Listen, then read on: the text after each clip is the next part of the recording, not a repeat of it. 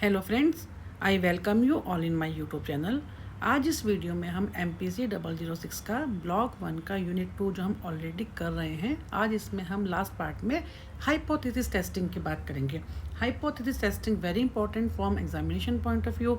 इसमें क्या है कि हाइपोथेसिस अगर सिंपल वर्ड्स में हम कहें कि इसमें हाइपोथेसिस क्या होता है, हम कोई भी रिसर्च करते हैं, हम कोई भी इवन आप जो है प्रोजेक्ट भी लेते हैं, उसके अंदर एक हाइपोथेसिस हम बनाते हैं कि कैसे हम लोग एक मान लेते हैं कि जो हम स्टडी कर रहे हैं, जो हम रिसर्च कर रहे हैं, कि एक हम एजम्पशन ले लेते हैं कि जो हमारे जो रिजल्ट्स होंगे that will be statistically significant और नॉट। जैसे मान लीजिए मैं आपको एग्जांपल देती हूँ कि हमें जो है स्कूल के बच्चों की हमें जो है प्राइमरी स्कूल के बच्चों की जो हाइजीन हैबिट्स को हमने देखना है कि अगर हम कोई इंटरवेंशन करते हैं, कोई भी हम उनको इंस्ट्रक्शंस देते हैं, उनको समझाते हैं, कोई भी हम उनको बताते हैं कोई चीज़ की अगर आप ऐसे करेंगे तो आपकी जो है हेल्थ अच्छी हो जाएगी, आपकी हाइजीन जो है ज़्यादा बेटर हो जाएगी, या हम उनका देखना चाहते हैं क्या इम्पैक्ट आता है स्टडी के। अब उसमें क्या होता है, इस स्टडी में हम क्या करते हैं, हम ये मानते हैं कि हम कोई इंटरवेंशन देते हैं तो उसके बेस के ऊपर क्या होगा, जो दोनों का जो ग्रुप, एक हम लेंगे स्टडी ग्रुप जिसको हम इंटरवेंशन देंगे, एक वो ग्रुप जिसको हम कोई भी इंटरवेंशन नहीं देंगे, that will be called the control group. तो हम उसमें हम ये देखेंगे कि there will be the significant difference. हम ये मान के चलते हैं कि जो हम उनको इंटरवेंशन देंगे उसके कारण जो उनका जो ऐसा ग्रुप है जिसको हम इंटरवेंशन देंगे उसके ऊपर जो है काफ़ी स्टैटिस्टिकली काफ़ी ज़्यादा उसके ऊपर जो है इम्पैक्ट आएगा, काफ़ी उसके जो हैबिट्स होगी उनके अंदर इम्पैक्ट आएगा। तो हम क्या हाइपोथेसिस क्या होता है, टेंटेटिव स्टेटमेंट होती है, एजम्पशन होती है जिसको हम मान के चलते हैं अपनी स्टडी के सपोर्ट में कि अगर ये ट्रू होती है या ये फॉल्स होती है। जब हमारी स्टडी कंप्लीट होती है फाइंडिंग्स के बेस के ऊपर हम उसको टेस्ट करते हैं, जिसको हम ये क्या होता है बेसिकली कि जो हाइपोथेसिस क्या होता है, it is a testable proposition, जिसको हम क्या करते हैं अपनी स्टडी में हम देखते हैं in the end of the study whether जो है इट इज़ ट्रू और नॉट। ये हम इसको टेस्ट करके देखते हैं। अगर ये सही होती है तो इसका मतलब क्या है, जो हमारी जो स्टडी है वो सही हो जाती है। अगर कहीं ना कहीं ये फॉल्स होती है तो हम उसको फिर देखते हैं कि हम कहाँ पे क्या हम चेंजेस कर सकते हैं। तो इसमें हम क्या कहते हैं कि एक हाइपोथेसिस क्या होता है, hypothesis statistical hypothesis is defined as the statement which may or may not be true about the population parameter or about the population distribution of the parameter that we wish to validate on the basis of the sample information। sample जो हम लेते हैं और ये जो hypothesis होता है ये हमेशा जो होता है इन्फ्रेंशियल स्टैटिस्टिक्स में यूज़ होता है ये, और जिसके अंदर हम कोई सैंपल लेते हैं। जैसे हमने डिस्क्रिप्टिव में किया था वहाँ पे हमने सैंपल की बात नहीं की थी, जब हमने इन्फ्रेंशियल की बात की है तो वहाँ पे हमने स्टैटिस्टिक्स के में हमने क्या कहता है कि पूरा जो गिवन पॉपुलेशन होती है हम उसमें से एक सैंपल ले लेते हैं and that sample is the representative of all the population. तो उन्होंने क्या कहा है कि जो हम जो सैंपल लेते हैं उसको हम हमेशा उसके बेस के ऊपर हम क्या करते हैं, जब हम स्टडी करते हैं तो जो हाइपोथेसिस लेते हैं उसको क्या करते हैं, टेस्ट करते हैं कि ट्रू है या फॉल्स है, उसको हम वैलिडेट करने की कोशिश करते हैं उस सैंपल को। अब क्या है कि most times experiments are performed with random samples instead of the entire population, यानी हम सैम्पलिंग लेते हैं and inferences drawn from the observe sample are then generalise over the. जैसे मैंने अभी आपको बताया, जो हम सैंपल से जो रिजल्ट लेते हैं उसको फिर हम जो पूरा रिप्रेजेंटेटिव ऑफ द जो है वो जो सैंपल होता है that is the representative of all the population, तो उसको जनरलाइज करते हैं अपने रिजल्ट्स को कि पूरी पॉपुलेशन के ऊपर। जैसे मैंने अभी आपको अपनी लास्ट वीडियो में बताया था कि हमने जैसे क्लास 4 के बच्चे जो है 200 हमारे पास है और हमने खाली जो है 50 बच्चों के ऊपर स्टडी करी, हमने रैंडम सैम्पलिंग से 50 स्टूडेंट्स का हमने क्या किया, 100 टोटल हमारे पास स्टूडेंट जो है 200 है, हमने 50 बच्चों के ऊपर हमने क्या किया, सैंपल लेकर रैंडम सैम्पलिंग से उसके ऊपर हमने स्टडी की। तो ये जो हमारे को इसके जो रिजल्ट मिलेंगे ये क्या होंगे, that will be the representative of this 200 children that are the representative of the whole population. तो but before drawing inferences about the population it should always be kept in mind that the observe result might have come due to chance factor. कहीं ना कहीं उसमें क्या होता है, chance factor भी होता है। चांस फैक्टर क्या होता है, जिसमें कहीं ना कहीं हमारे को, जैसे हम ये मान के चलते हैं कि 0.5 या 0.1 हम ये मानते हैं कि इतना हम जो it all depends upon the researcher के ऊपर कि वो कितना सिग्निफिकेंस लेवल पे वो लेना चाहता है, लेवल उसका जो है लेवल ऑफ सिग्निफिकेंस क्या रहेगा। तो अभी हमारे इतने के ऊपर 0.5 पे यहाँ पे कहीं ना कहीं कोई अगर कुछ चांस कोई ना कोई गलती होती है, हम ये मानते हैं जो एरर आती है that may be due to chance factor के। सैम्पलिंग हमने कोई गलत ले ली या पॉपुलेशन के साइज में फ़र्क है। तो इसमें क्या होता है, probability of chance occurrence of the observe result is examine by the null hypothesis. हम देखते हैं कि जो हमारा चांस फैक्टर होता है, जो चांस की जो हम क्या बात कर रहे हैं वो किससे होता है, नल क्या होता है, H0 से हम इसको डिनोट करते हैं।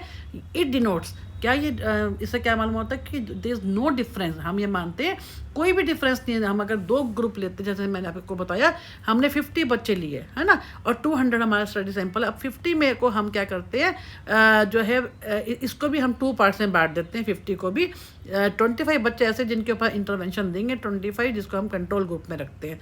तो इसमें ये मानते हैं जो हमारे जो रिजल्ट्स आएंगे इन दोनों में कोई भी फ़र्क नहीं होगा। तब ये जब आएगा जब जो हमारा H0 क्या होता है, नल हाइपोथेसिस ट्रू। अगर हम वाइस वर्सा, अगर हम H1 क्या होता है, ऑल्टरनेट हाइपोथेसिस, जिसमें हम क्या कहते हैं, this statistically significant difference between the two groups. जैसे मैंने अभी आपको बताया कि हमने 2 जो है ग्रुप लिए, दोनों को हमने क्या किया, एक को हमने कंट्रोल ग्रुप ले लिया, एक को हमने क्या किया, जो है हमने इंटरवेंशन दी। तो अगर हम H1 हमारा हम सही होता है, इट मीन्स कि हमने जब इंटरवेंशन दी स्टडी ग्रुप को, हमने उनको हाइजीन हैबिट्स के बारे में उनको थोड़ा बताया, उनके बारे में नॉलेज गेन की। तो ऐसे केस के अंदर क्या होता है, जो दोनों ग्रुप्स के जो स्कोर्स आएंगे दैट विल बी उनमें काफ़ी डिफरेंस रहेगा। ऐसे केस में क्या होगा, H1 इज़ ट्रू, वो हमारा एक्सेप्ट होता है, और H0 को हम क्या करते हैं, उसको रिजेक्ट कर देते हैं। ठीक है, ये हमारा क्या होता है, ये होता है कि नल हाइपोथेसिस क्या कहता है, when there is no statistical difference between the 2 groups. और H1 क्या कहता है, ऑल्टरनेटिव। इसमें क्या मालूम होता है कि जिसके अंदर कि दोनों ग्रुप्स के अंदर काफ़ी ज़्यादा डिफरेंस है उनके स्कोर्स के अंदर। और कभी भी हम H1 को डायरेक्ट नहीं, ऑल्टरनेटिव हाइपोथेसिस को हम डायरेक्ट एग्जामिन नहीं कर सकते। वो किससे मालूम होता है, H0 से। हम पहले नल हाइपोथेसिस को टेस्ट करते हैं, वो एक्सेप्ट होता है, तो इसका मतलब क्या है कि हमारा ऑल्टरनेटिव हाइपोथेसिस गलत है, वो रिजेक्ट हो जाता है। यानी there is no statistical difference between the 2 groups. अगर हमारा नल हाइपोथेसिस जो है रिजेक्ट होता है, it mean there the significant difference between the 2 groups, यानी हमारा H1 जो होता है वो एक्सेप्ट हो जाता है। आई थिंक आपको ये कंसेप्ट अच्छे से अब क्लियर हो गया होगा, क्योंकि बहुत इंपॉर्टेंट है ये। तो since the null hypothesis a testable proposition, this counter proposition to it known other. अब इसके अलावा, क्योंकि ये तो हम टेस्ट कर सकते हैं नल हाइपोथेसिस को, इसके अलावा क्या होता है, ऑल्टरनेटिव हाइपोथेसिस, जिसको हमने बताया H1, या इसको हम HA के नाम से भी कर सकते हैं, ऑल्टरनेटिव हाइपोथेसिस। अब क्या है, in contrast to the null hypothesis and जो है ऑल्टरनेटिव हाइपोथेसिस प्रपोजेस, जो हम क्या मानते हैं, जब हम ऑल्टरनेटिव हाइपोथेसिस की बात करते हैं तो उसमें क्या होता है, जो सैंपल है वो हमेशा डिफरेंट पॉपुलेशन के साथ होता है, मतलब कि दो डिफरेंट पॉपुलेशन का हम सैंपल लेते हैं। Their means are estimates of the 2 different parametric means of the respective population. दोनों जो पॉपुलेशन है उनका जो मीन होगा that will also be the different. 2 different population है तो ऑब्वियसली जो उनका जो मीन आएगा वो भी डिफरेंट ही होगा, उनका एस्टिमेट जो होगा that will also be different. And this significant difference between the sample means, क्योंकि हमने क्या कहा है, जब ऑल्टरनेटिव हाइपोथेसिस की बात करते हैं, it means there are the significant difference होता है, यानी जहाँ पे हम नल हाइपोथेसिस को रिजेक्ट करते हैं और इसको हम एक्सेप्ट करते हैं। Means the significant difference between the sample mean, जो हमने पॉपुलेशन की बात करी है उसके अंदर काफ़ी ग्रुप्स की हम बात करते हैं, जो पॉपुलेशन के जब सैंपल लेते हैं उनमें आपस में काफ़ी ज़्यादा सिग्निफिकेंट डिफरेंस है। तो the alternative hypothesis not directly tested statistically, कभी भी हम इसको जो ऑल्टरनेटिव है उसको हम कभी भी खुद जो है डायरेक्टली हम इसको टेस्ट नहीं कर सकते, बल्कि हम कैसे कर सकते हैं, इट्स एक्सेप्टेंस और rejection is determined by the rejection और retention of the null hypothesis.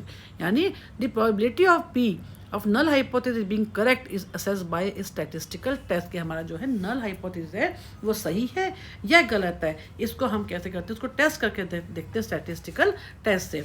ये probability P is too low, H0 is rejected. यानी अगर यह सबसे इंपॉर्टेंट, अगर P जो है इसकी प्रोबेबिलिटी जो काफ़ी लेस है तो इसको हम क्या करते हैं, H0 को हम रिजेक्ट कर देते हैं, और H1 यानी HA जो होता है ऑल्टरनेटिव हाइपोथेसिस को हम एक्सेप्ट कर लेते हैं। In the case of P, अब P जो है लेस देन जो है 0.5 है, पॉइंट जो है 0.25 है। अब अलग अलग जो लेवल्स होते हैं हम उसकी बात करेंगे आगे। अब इसके अलावा क्या कहेंगे, it is inferred that observe difference is significant if probability P is high.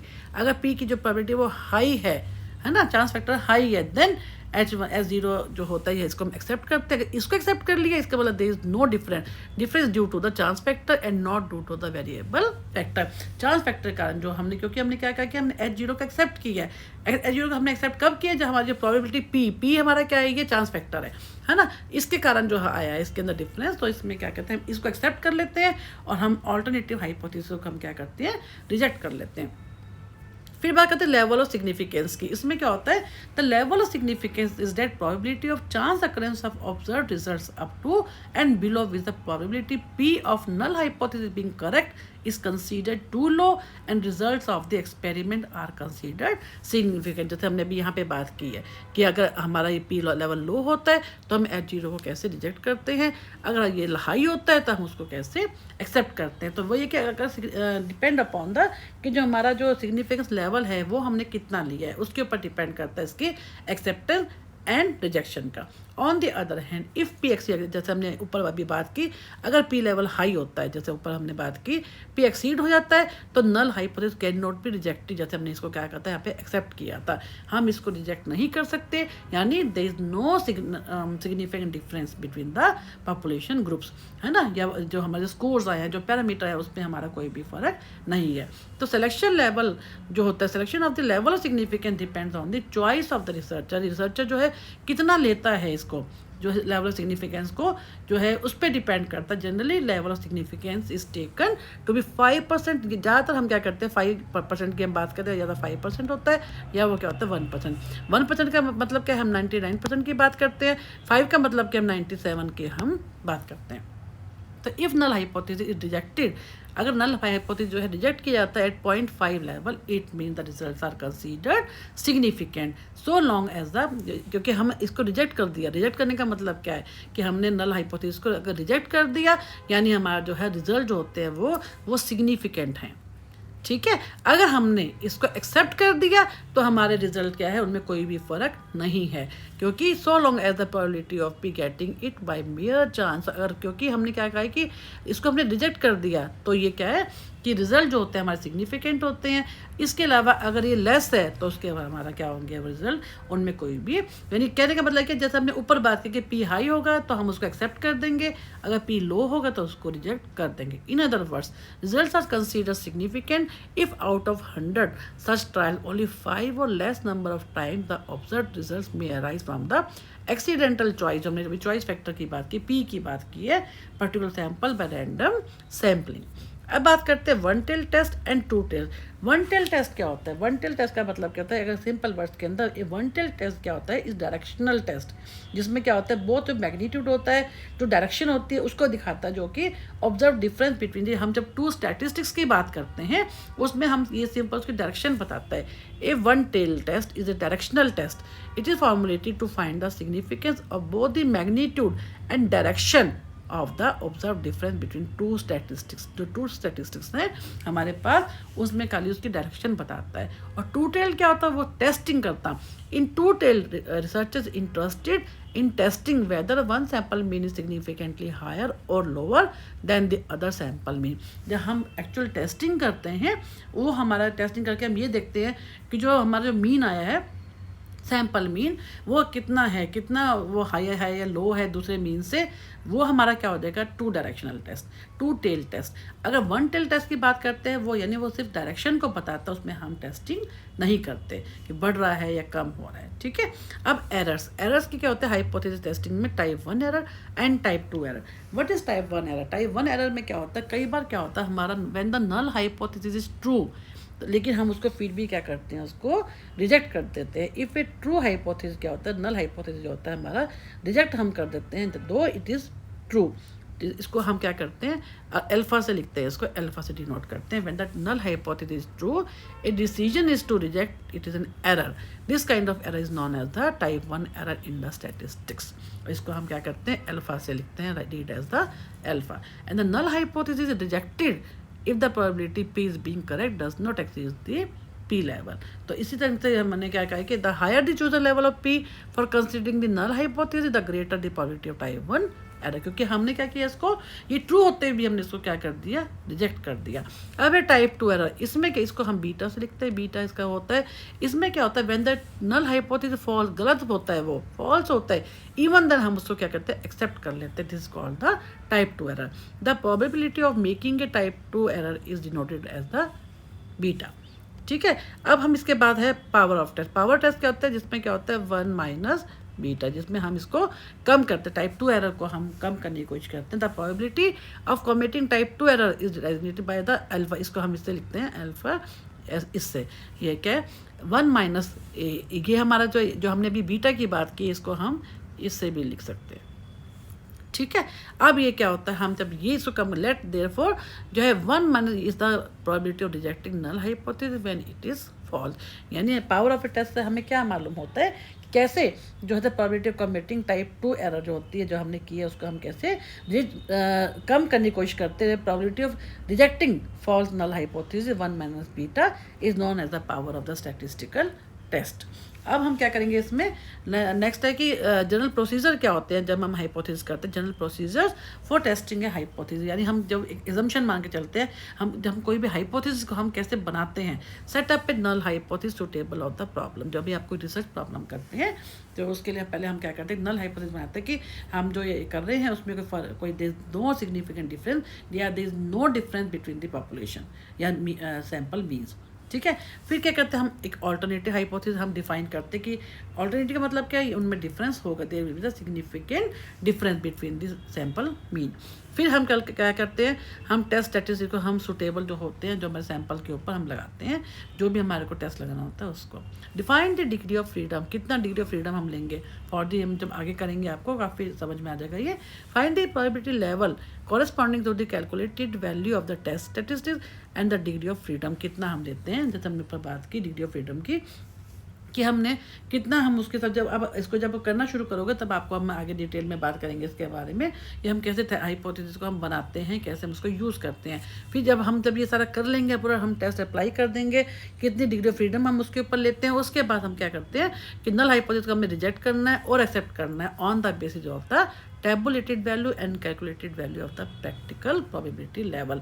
जब उसको टेस्ट करके देखते हैं कि हमने जो लिया है वो अगर नल हाइपोथेसिस सही होता है, उसको एक्सेप्ट करते हैं, इसका मतलब हमारा जो ऑल्टरनेटिव है that will be rejected and there is no significant difference between the sample mean और पॉपुलेशन। और अगर इसका वाइस वर्सा, अगर हम इसको रिजेक्ट करते हैं, it means there the significant difference between the sample mean.